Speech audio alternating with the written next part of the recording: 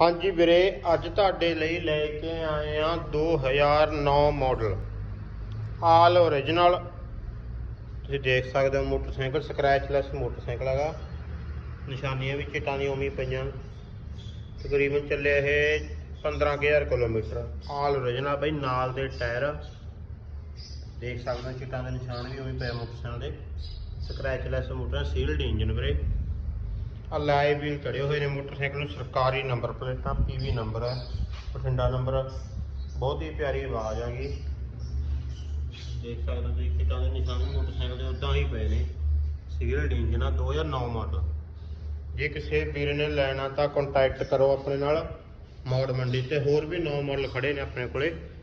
9 ਖੜਾ ਗਾ, 8 ਖੜਾ ਗਾ, 8 ਖੜਾ ਗਾ, ਕਾਫੀ ਸਟਾਕ ਖੜਾ ਆਪਣੇ ਕੋਲੇ। ਜੇ ਕਿਸੇ ਵੀਰ ਨੇ ਲੈਣਾ ਤਾਂ ਜ਼ਰੂਰ ਕੰਟੈਕਟ ਕਰੋ ਆਪਣੇ ਨਾਲ। ਫੁੱਲ ਗਰੰਟੀ ਇੰਜਨ ਗੇਅਰ ਦੀ, ਓਰੀਜਨਲ ਦੀ ਗਰੰਟੀ। ਕੋਈ ਵੀ ਦਿੱਕਤ ਹੋਵੇ ਤਾਂ ਫੁੱਲ ਪੈਸੇ ਵਾਪਸ ਕੀਤੇ ਜਾਣਗੇ। ਅੱਜ ਤੱਕ ਦਿੱਕਤ ਤਾਂ ਕੋਈ ਆਈ ਨਹੀਂ ਵੈਸੇ। ਜੇ ਕਿਸੇ ਨੇ ਲੈਣਾ ਤਾਂ ਵੀਰੇ ਜ਼ਰੂਰ ਕੰਟੈਕਟ ਕਰੋ।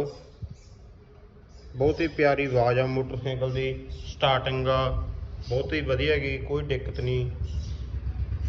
ਕੰਡੀਸ਼ਨ ਚੈੱਕ ਕਰ ਸਕਦੇ ਹੋ ਤੁਸੀਂ। 9 ਮਾਡਲ ਖੜੇ ਨੇ ਆਪਣੇ ਕੋਲ, ਸਾਰੇ ਸਟਾਕ ਮਿਲ ਜੂਗਾ। ਦੇਖ ਸਕਦੇ ਹੋ ਤੁਸੀਂ।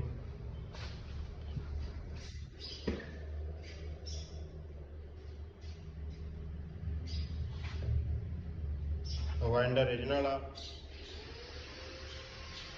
ਲੌਕ ਸੈਟ ਓਰੀਜਨਲ ਨਾਲ ਦਾ।